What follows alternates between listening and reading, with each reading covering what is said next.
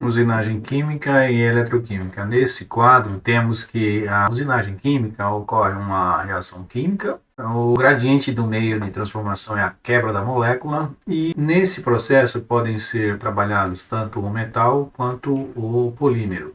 E a denominação da técnica é usinagem química. Na usinagem eletroquímica, o meio de transformação é a descarga elétrica e leva a uma reação química e, consequentemente, quebra da molécula. Nesse processo, pode-se trabalhar metal e a denominação da técnica é usinagem eletroquímica. As etapas básicas desse processo iniciam na figura em A, por meio de uma limpeza superficial da região da peça, que será colado um filme, no caso aí a gente denomina de máscara. Essa limpeza visa retirar qualquer impureza ou outro obstáculo que possa interferir na colagem do filme ou corrosão das partes da peça que serão corroídas. O processo requer em várias aplicações em peças relativamente longas, tanques de tratamento galvânico para que se possa limpar e preparar a superfície da peça. Na figura, na parte B, você tem aí a aplicação de um filme, que inicialmente foi modelado em um sistema CAD e depois impresso via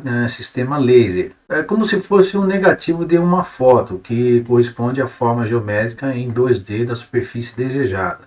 Em outros casos, um filme é aplicado por meio do uso de robôs, no caso de peças não retilíneas, e após a aplicação é feito o recorte com o uso de laser. Já na figura em C e em D, um líquido corrosivo é depositado, de modo que o filme projeta as regiões que não devem ser corridas pelo ácido. Um ácido aí a gente pode colocar como um exemplo o hidróxido de sódio. Ao transcorrer algum tempo, o líquido corrosivo é separado para reaproveitamento e isso pode ser observado na figura em E. É importante informar que o ataque químico sobre a superfície não protegida pelo filme é progressivo até formar um platô, um relevo, em altura desejada. A altura do platô depende da velocidade de corrosão e essa, por sua vez, depende do tempo de permanência e também do tipo de material da peça. Por último, em F, resulta a superfície pré-determinada do filme. O equipamento da figura para realizar a eletroquímica é dotado de tecnologias como por exemplo de bombeamento de líquido eletrolítico, sistema de avanço porta-ferramenta via programação CNC, sistema de exaustão, pois trata-se de um processo químico. A ferramenta de trabalho, ou seja, o cátodo, que pode ser visto na figura, que é o agente dessa dissolução, e a peça, ou seja, o anodo, que é o material que irá sofrer essa dissolução. Dessa forma, o contato elétrico entre a ferramenta e a peça é mantido através da circulação de um líquido eletrolítico, por exemplo, o cloreto de sódio diluído em água, superfície geométrica da peça a ser trabalhada. O dispositivo gerador para realizar a remoção do material com taxas relativamente altas, para exemplificar, pode trabalhar numa faixa de corrente entre 15 e 10 mil amperes para a usinagem. Aqui nós vamos comentar algumas características e o processo de usinagem química. Esse processo é indicado na usinagem de metais, especificamente alumínio, titânio, tungstênio e aços carbono. E também aços ligas, inoxidáveis, entre outros. Para ou não metais é possível aplicar esse método para corroer em película de poliéster e poliamida. A gente tem na tabela, contornada em vermelho, a aplicação da usinagem química para metais. A gente tem na primeira parte da tabela o percloreto de ferro, que é o solvente, a aplicação para corroer aço inoxidável, latão e cobre. E na parte de baixo da tabela, destacada em azul, a gente pode notar aí a aplicação em polímeros, como por exemplo o ácido sulfúrico. Ele é aplicado para solver a poliamida em temperatura ambiente. Nas demais partes da tabela podem ser observadas outras aplicações, tanto de solvente ou material a ser corroído. Na tabela mais embaixo, a gente tem aí os dados quantitativos da usinagem química. Remoção do material, em torno de 15 milímetros cúbicos por minuto. A gente tem a tolerância, acabamento superficial e espessura de trabalho.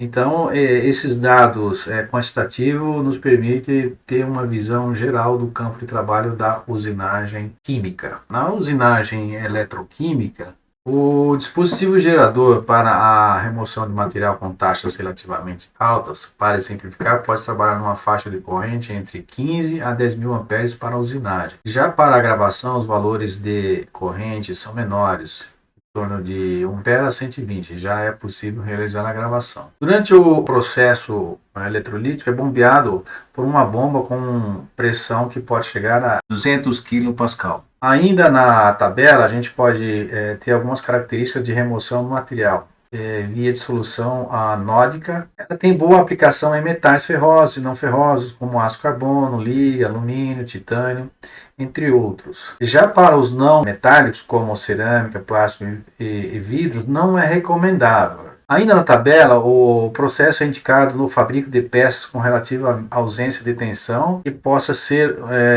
uma grandeza negativa ao seu uso, como, por exemplo, em pás de turbinas, peças de carburadores, entre outras. O volume de material retirado está na ordem de 5 centímetros cúbicos por minuto, entre outros. E essa faixa depende do tipo de material que vai ser removido. A gente tem aí numa primeira figura o exemplo de aplicação dessa técnica na usinagem de um encoder. É um sensor que vai ser colocado no eixo de um motor para verificar o posicionamento desse motor. No lado direito, a gente tem uma figura que ela foi gravada num filme de latão. É uma peça decorativa. Então, nesses dois casos, a gente tem aí a aplicação da usinagem química. Na usinagem eletroquímica, a gama de aplicação para a obtenção de peças é variado. A gente tem agora dois exemplos na aplicação do processo via eletroquímica. Esse processo é indicado na usinagem de peças com entranhas. A gente pode dar uma observada no